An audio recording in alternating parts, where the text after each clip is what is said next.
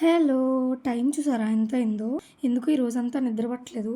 ఇంక early morning ready అవుతున్నా అనమాట. అదే నగరం వెళ్ళి నాన్ రొట్టి, షేర్వా తిందాము అని చెప్పి. అది మా ఊరి స్పెషల్ అండ్ నా ఫేవరెట్ కూడా. Let's go.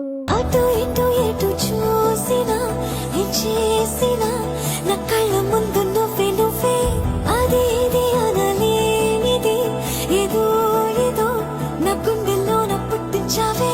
అయ్యో నేనేం చేశా నీలో పొంగే ఆశ నీతో మాట్లాడిస్తోంది.